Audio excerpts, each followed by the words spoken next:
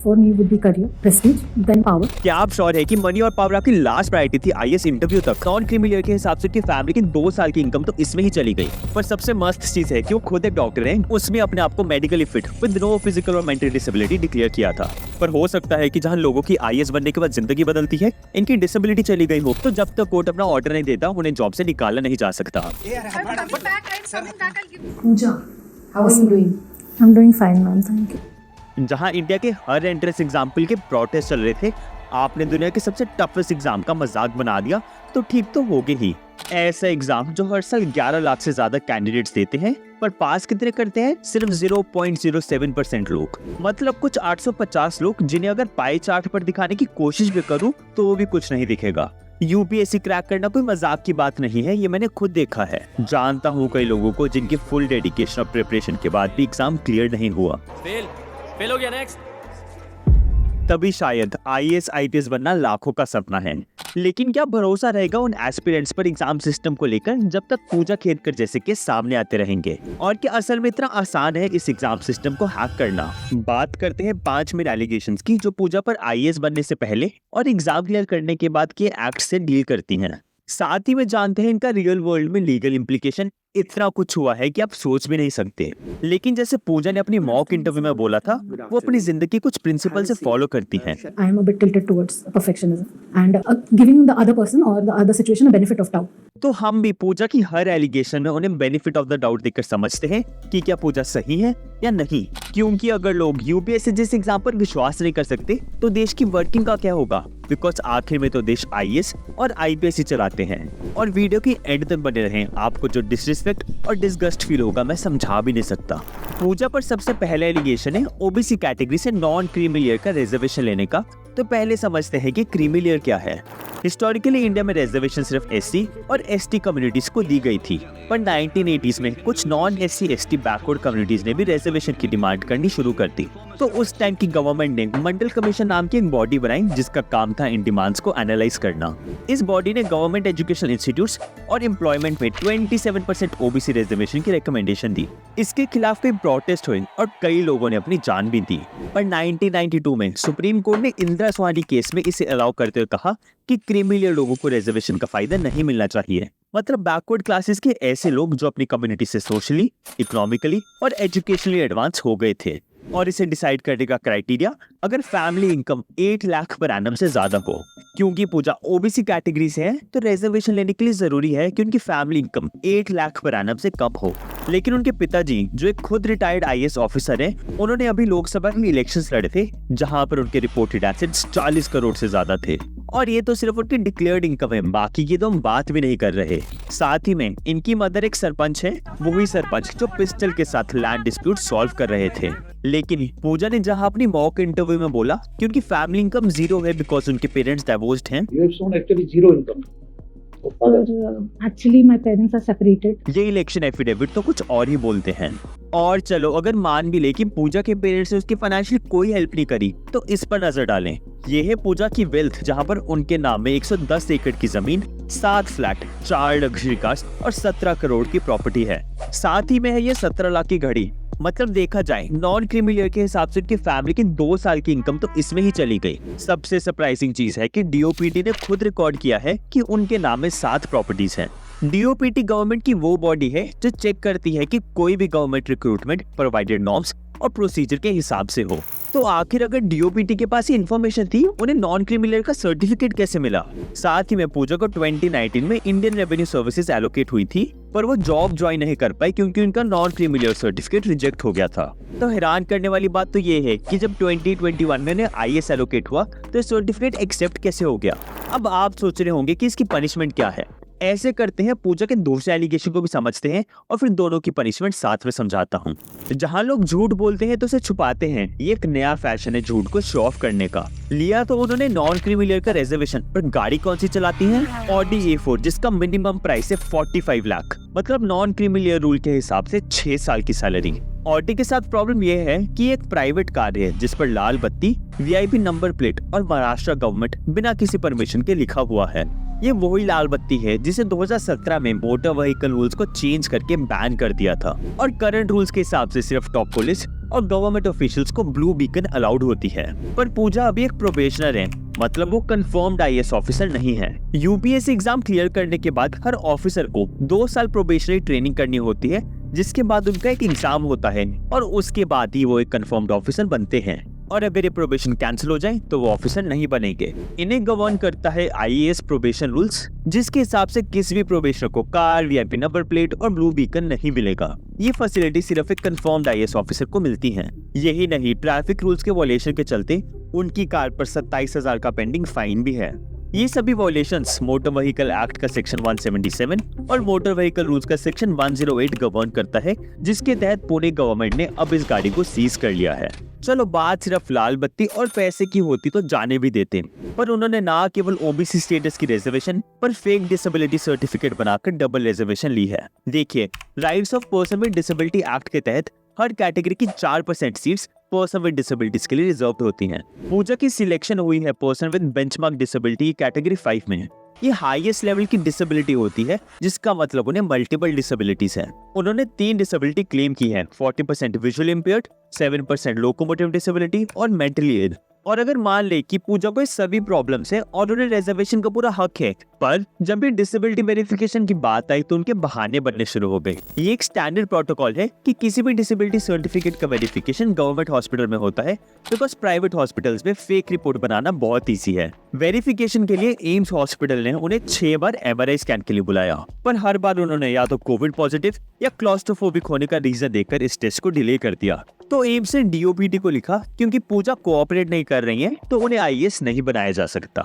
जब ये case court में गया तो कोर्ट ने बोला कि क्योंकि पूजा क्लॉस्ट्रोफोबिक है तो एमआरआई स्कैन की जगह उनकी वेरिफिकेशन किसी और टेस्ट से होनी चाहिए। ट्विस्ट तो यहाँ आता है कि इसके बाद उन्होंने एमआरआई स्कैन करवा ली, पर एक प्राइवेट हॉस्पिटल से। और ये सुनिए उनकी मॉक इंटरव्यू से। What are the evils associated with the medical profession? Concentration in private healthcare rather than public healthcare. जहाँ बोलती है कि प्राइवेट हेल्थ केयर को कम करना चाहिए, खुद ही रूल्स को वॉयलेट करके प्राइवेट हॉस्पिटल से टेस्ट करवाती हैं। और सबसे सरप्राइजिंग चीज, इस प्राइवेट हॉस्पिटल के टेस्ट को सबमिट करने के बाद उन्हें अपना ज्वाइनिंग लेटर भी मिल जाता है। पर हाँ, इस टाइम पर जब उनकी डिसेबिलिटी पर क्वेश्चन रेज हो रहा है तो ये सर्टिफिकेट गुम हो जाता है।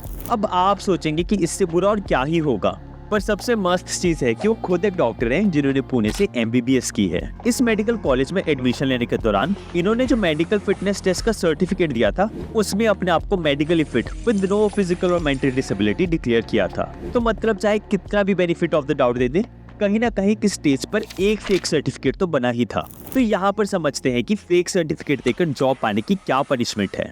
सबसे पहले भारतीय न्याय संहिता का सेक्शन 318, 336 और 340 लगेगा। ये बात करता है चीटिंग और फॉर्जरी की, मतलब किसी फेक डॉक्यूमेंट को ओरिजिनल डॉक्यूमेंट की तरह पेश करके अपना फायदा करना, और इसके तहत आपको 5 साल की सजा हो सकती है। इनफैक्ट एक गवर्नमेंट टीचर ने जब फेक सर्टिफिकेट देकर जॉब पाई थी तो कोर्ट ने उसे अपने 26 साल की सैलरी वापस देने की पनिशमेंट दी थी।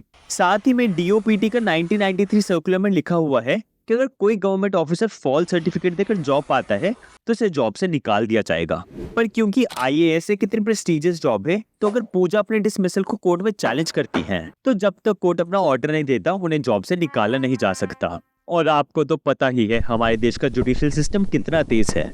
हालांकि नॉट डिनाइंग कि उनका रैंक 821 है, जो लेकर आना बहुत मुश्किल है, पर सैडली जितना कम्पिटिटिव यूपीएससी एग्जाम है, ये रैंक पर कोई सर्विसेज नहीं मिलेंगी अगर उनके फेक पीडब्ल्यूडी और नॉन क्रीमिलियर सर्टिफिकेट को ले लिया जाए। इन 2 फेक सर्टिफिकेट के साथ उनके पास मैजिकल पावर्स भी हैं, ऐसी पावर्स जो हम सब विश करते हैं। वो रिवर्स एज भी कर सकती हैं। एक जनरल कैटेगरी कैंडिडेट यूपीएससी के एग्जाम को 32 साल की एज तक दे सकता है, पर अगर कैंडिडेट किसी रिजर्व कैटेगरी से हो तो उन्हें रिलैक्सेशन दी गई है, जिसके तहत वो एग्जाम 35 ईयर्स की एज तक दे सकते हैं। इस कॉन्टेक्स्ट के साथ उन पर लगे तीसरे एलिगेशन को समझते हैं। ये 2 डॉक्यूमेंट्स दिखाते हैं कि जब पूजा सीएटी के पास 2020 में गए थे तो वो केवल 30 साल के थे, पर 3 साल बाद जब 2023 में वो फिर से सीएटी के पास गए तब वो सिर्फ 31 साल के थे। और इतने से कैसे होगा, आईएएस है वो। उनकी दोनों एप्लीकेशंस में नेम्स भी डिफरेंट है। और ये तो बताना भूल ही गया कि वो कोर्ट क्यों गए थे डिसेबिलिटी कैटेगरी में एज रिलैक्सेशन की मांग करने, पर क्योंकि एज फ्रॉड स्पोर्टिंग वर्ल्ड की मेजर प्रॉब्लम है तो इसके लिए स्पेशल स्पोर्टिंग लॉज हैं। लेकिन जॉब पाने के लिए एज फ्रॉड करने पर इंडिया में कोई स्पेसिफिक लॉ नहीं है, तो इस केस में उन पर चीटिंग और फॉर्जरी का केस लग सकता है। इतना कुछ कर लिया, अब तो भगवान से डर लेना चाहिए। पर क्योंकि वो अब एक आईएएस बन चुकी हैं तो लोगों को बताना भी तो है, वरना ऐसे आईएएस बनने का फायदा क्या। तो यहाँ पर शुरू हो जाती है अब्यूज ऑफ पावर और उन पर लगी fourth allegation. First for me would be career, then would be prestige, then would be power, and then would be money. क्या आप श्योर है कि मनी और पावर आपकी लास्ट प्रायोरिटी थी आईएएस इंटरव्यू तक? क्योंकि प्रोबेशनर होते हुए आपने ऐसी चीजें की जो एक्चुअल आईएएस भी नहीं कर सकता। प्रोबेशन ड्यूटी पर आते ही इन्होंने कैबिन, ट्रैवल, अकोमोडेशन और वीआईपी कार की डिमांड करनी शुरू कर दी। और आखिर ठीक भी तो है, कैसा आईएएस ऑफिसर जिसके पास लाल बत्ती ना हो। लेकिन अंडर आईएएस प्रोबेशन रूल्स ऐसी फैसिलिटीज प्रोबेशन ऑफिसर्स को नहीं मिलती। उन्हें सिर्फ सैलरी और डेली अलाउंस का राइट है, ये बाकी सभी फैसिलिटीज जॉब शुरू होने के बाद मिलती हैं। और फिर से अगर बात इतनी ही होती तो न्यूज में आती भी नहीं। लेकिन जब वो प्रोबेशनर ड्यूटी पर पुणे आई तो उन्होंने अपने सीनियर आईएएस ऑफिसर अजय मोरे, जो शहर में नहीं थे, उनके ऑफिस को इस्तेमाल करना शुरू कर दिया। उन्होंने ऑफिस का फर्नीचर रिमूव कर दिया, ऑफिस के बाहर उनकी नेम प्लेट हटाकर अपनी नेम प्लेट लगा ली और लेटर हेड की डिमांड की। और यहीं पर एक और इंटरेस्टिंग चीज सामने आती है।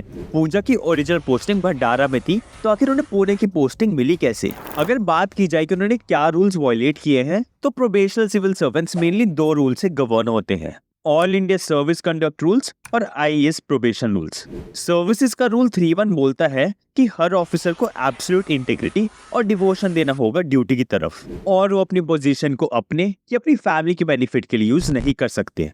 और स्पेसिफिकली आईएएस प्रोबेशन रूल 17 कहता है कि प्रोबेशनर को जॉब से निकाला जा सकता है अगर वो अपनी ड्यूटीज और सर्विसेज को निगलेक्ट करें या अगर उनके पास जॉब को करने का कैरेक्टर या माइंड ना हो। और अब वो बोलती है कि वो कोई बयान नहीं दे सकती क्योंकि रूल्स उन्हें अलाउ नहीं करता। अभी मैं आपसे बात करने के लिए यहाँ पे कुछ कहने के लिए I am not authorised, the rules do not permit me. कहाँ गए थे एथिक्स जब वो ये सब कर रहे थे? इनफैक्ट एथिक्स एक बहुत इंपॉर्टेंट सब्जेक्ट होता है जो हर ऑफिसर को ट्रेनिंग के दौरान पढ़ाया जाता है, और ये यूपीएससी एग्जाम के रिटर्न स्टेज का बहुत इंपॉर्टेंट पार्ट भी होता है। तो इतने कम्पिटिटिव एग्जाम और ट्रेनिंग के बाद भी अगर ऐसे केसेस सामने आते हैं तो कहीं ना कहीं ये यूपीएससी क्रेडिबिलिटी पर भी क्वेश्चन रेज करता है। पर ये तो बस ट्रेलर है, इस इंसिडेंट ने और बहुत ऑफिसर्स पर क्वेश्चन रेज किए हैं। ये म्यूजिक वीडियो में डांस करने वाले कोई स्टार नहीं है, ये है एक्स आईएएस अभिषेक सिंह।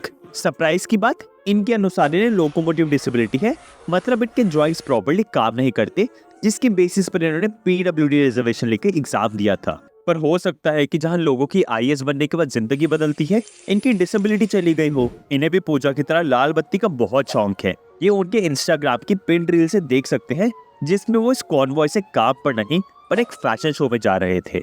इनकी खुद की स्टोरी बहुत अनोखी है, जिसे अगर इस वीडियो में कवर करेंगे तो खत्म नहीं होगी। और इन दोनों के जैसे काउंटलेस एग्जांपल्स बाहर आए हैं। 1994 के आईएएस राजशेखर, जिन्होंने फेक ओबीसी सर्टिफिकेट सबमिट किया था। 2007 के आईआरएस नवनीत, जिन्होंने एज फ्रॉड करके एग्जाम लिखा था। 2014 की आईएएस निकित खंडेलवाल, जो ब्लाइंड है लेकिन बिना किसी असिस्टेंस के ड्राइविंग टेस्ट दे रही हैं। 2016 के आईएएस गोपाल कृष्णन, जिन्होंने फेक डिसेबिलिटी सर्टिफिकेट दिया था। और ऐसे पता नहीं कितने केसेस हैं। वापिस है पूजा के केस पर, तो उन पर इन्वेस्टिगेशन करने के लिए 1 पर्सन कमेटी तो बना दी गई है। पर सबसे दुख की बात है कि आईएएस सिस्टम जो देश को चलाने के लिए बना था, जिससे इतनी इज्जत और पावर मिलती है, वो इतने पावरफुल हो चुके हैं कि अगर किसी रेयर केस में आईएएस पकड़ा भी जाता है, उन्हें ज्यादा पनिशमेंट नहीं मिलती। जहां हम 12th फेल जैसी मूवीज और एस्पिरेंट सीरीज तो बना रहे हैं, जो सिविल सर्विसेज को क्रैक करने में लगी मोटिवेशन, डेडिकेशन और हार्डवर्क को दर्शाता है। इनसे कई ज्यादा एग्जाम्पल से एग्जाम में होने वाले फ्रॉड की। तो आखिर क्या सच है यूपीएससी और इस सिस्टम का, और क्या रिजर्वेशन एक तरीका बन चुका है फ्रॉड करने का? ये वीडियो तो मैं 19 जुलाई को रिकॉर्ड कर रहा हूँ, पर पता नहीं जब आप इसे देखोगे और कितने एलिगेशन सामने आ चुके होंगे। पर इन सब में सबसे दुख की बात है कि पूजा जैसे ऑफिसर्स किसी राइटफुली डिजर्विंग कैंडिडेट की सीट लेकर वेस्ट कर रहे हैं। अगर वीडियो अच्छी लगी हो तो प्लीज सब्सक्राइब करना, इससे मेरी बहुत मदद होगी।